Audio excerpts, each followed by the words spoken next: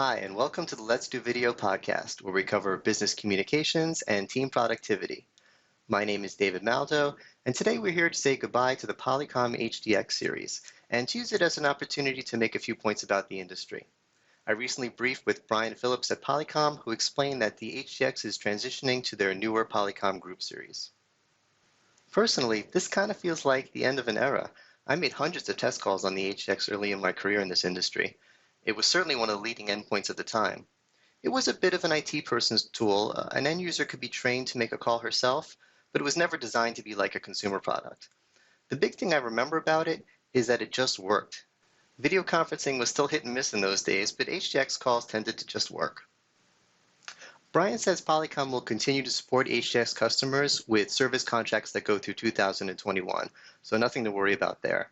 Also, they'll continue to make limited sales. They have some sensitive customers that need some of the HDX certifications that are still pending on the new group series. Now, I just want to take a second to clarify something for people new to our industry. When we talk about group video conferencing, we're talking about a group of people in one room on one camera. We're not talking about a group of people in different locations calling into one meeting. We call that a multi-party or a multi-point meeting. So a group system might be one point in a multi-point meeting. That wasn't clear to me at first, so I like to point it out. So if you take a look at the Polycom Group series, you'll see it's actually been shipping since 2012, and it's a completely updated platform from the HDX. So what took so long to phase out the HDX? Well, since the group was a new platform and not just an upgrade, it wasn't going to have all the features from day one. The HDX platform had been under development for a much longer time and had more features. At least that was true in 2012. In my opinion, another reason this transition might have taken so long is it's hard to shut down a multi-billion-dollar revenue stream. Polycom has sold almost 500,000 HDXs, and the channel understands it, resellers know how to resell it, integrators know how to work with it. All that is in place, so it's hard to kind of just shut it down.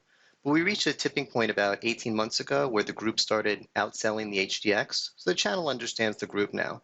And at this point, the group really does everything the HDX ever did, so we're starting to get to the point where it would be a disservice to the customers to continue pushing the HDX. In the end, the transition is going to be a good thing for the users. There's several benefits to the new group system over the HDX. First of all, it supports native Skype integration, obviously a huge deal. It also has one click to join, so users really can start their own calls without needing help from the IT staff. And finally, it provides a better experience. It has better content share, and it supports Polycom's latest experience technologies such as Eagle Eye Producer, Acoustic Fence, and Noise Block. There's another little point of clarification I'd like to make for those new to our industry. Some of you may be wondering why we still care about these meeting room solutions. We spend so much time talking about huddle room solutions and how easy they are to set up. Why do we still need meeting room solutions? Well, right now we're looking at a picture of the back of the Polycom Group 700, and I want you to notice all of those ports.